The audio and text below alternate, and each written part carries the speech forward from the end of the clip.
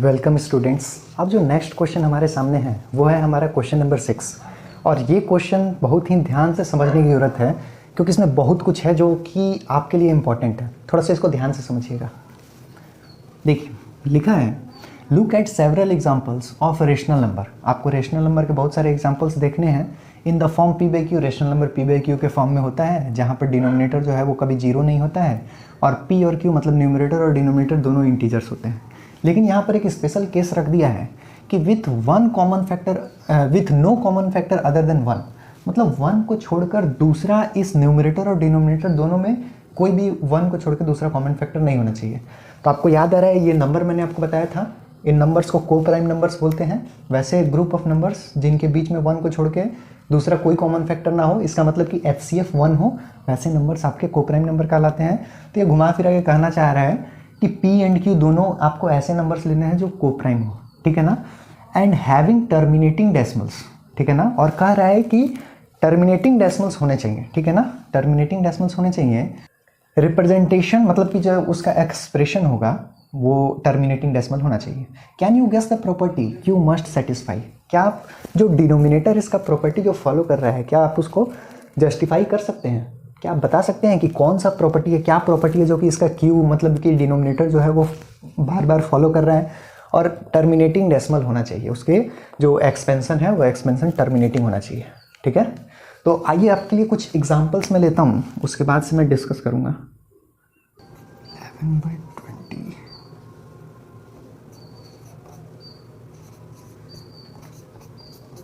तो ये रहे कुछ एग्जांपल्स आपके सामने, ठीक है ना।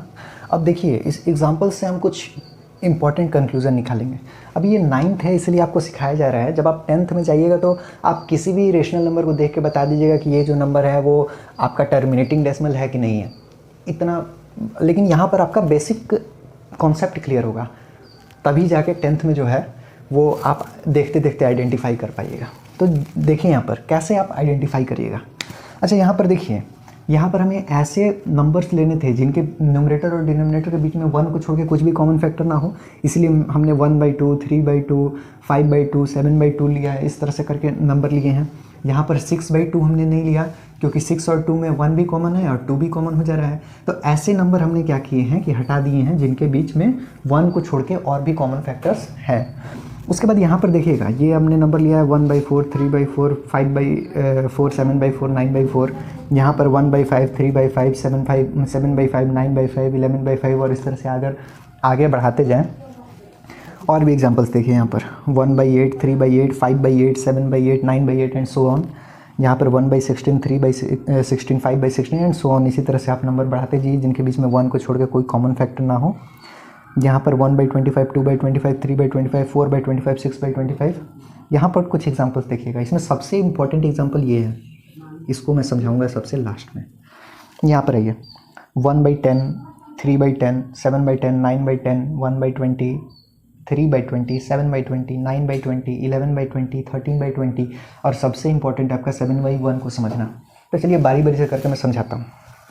यहाँ पर आपने जितने भी एग्जाम्पल्स देखे हैं अभी, ठीक है ना, तो ये सारे एग्जाम्पल्स आपको लग रहा है कि कुछ पैटर्न फॉलो कर रहे हैं, क्योंकि यहाँ पर भी आपसे कह रहा है कि बताइए कि क्यू क्या पैटर्न फॉलो कर रहे हैं।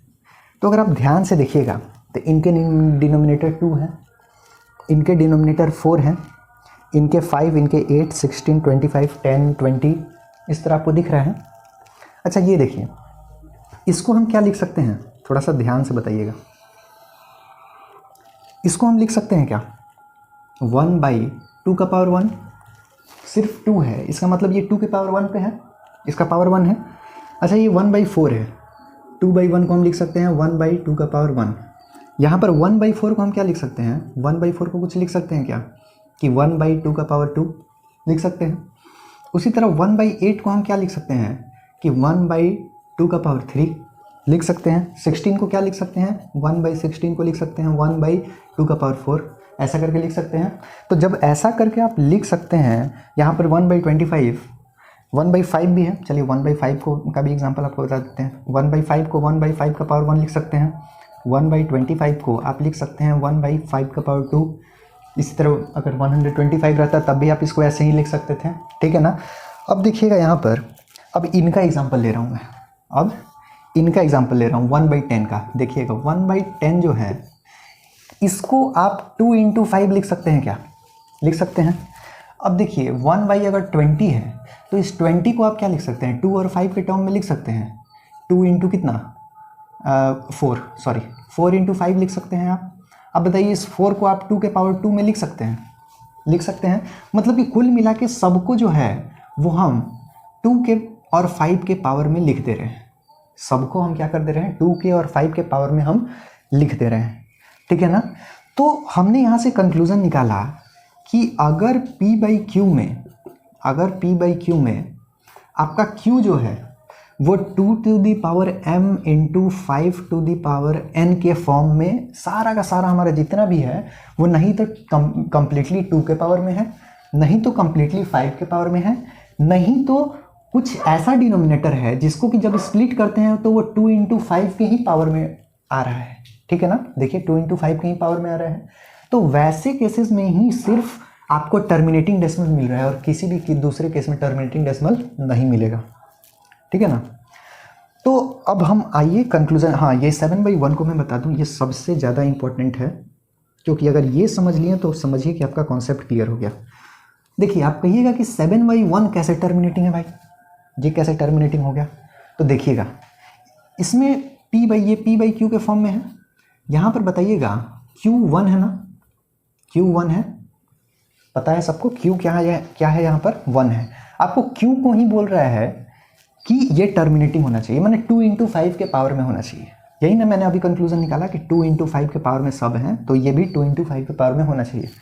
अच्छा चलिए, आपको पता है कि नहीं पता है? अगर नहीं पता है तो जान जाइए कि अगर किसी भी नंबर का पावर, ठीक है ना, किसी भी नंबर का पावर अगर 0 है, किसी भी नंबर का पावर अगर 0 है तो वो हमेशा 1 होता है, उसका वैल्यू हमेशा 1 होता है।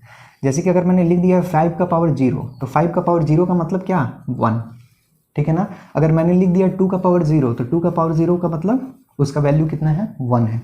तो बताइए इसको क्या हम लिख सकते हैं? 2 to the power 0 × 5 to the power 0।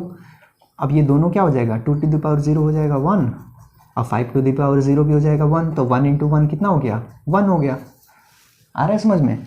तो इस तरह से 7/1 जो है ये भी आपका क्या है? टर्मिनेटिंग डेसिमल है, क्योंकि हमने दिखा दिया कि 7/1 का भी जो Q है वो 2 × 5 के ही पावर में है, ठीक है ना। तो अब हम यहाँ पर कंक्लूजन लिखते हैं, that is Q is either in the form of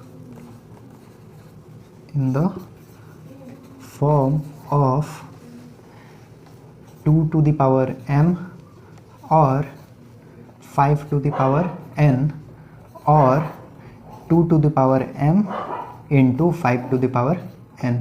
okay, तो ये हो गया आपका एक्सप्लेनेशन और कुछ एग्जांपल्स के साथ आपने क्वेश्चन नंबर 6 को डील कर दिया। ये क्वेश्चन बहुत ही ध्यान से समझिएगा, क्योंकि इसमें समझने के लिए बहुत कुछ है, ठीक है ना। और इसी बेसिस पर आप 10th क्लास में जाकर किसी भी रेशनल नंबर को देखते देखते बता पाइएगा कि ये रेशनल नंबर टर्मिनेटिंग है या नहीं है। टर्मिनेटिंग का मतलब आपको क्लियर होगा। टर्मिनेटिंग मतलब होता है कि कुछ डेसिमल प्लेसेस के बाद जाके कंप्लीटली कट जाना, ना कोई सीक्वेंस रिपीट होगा ना कुछ। ओके।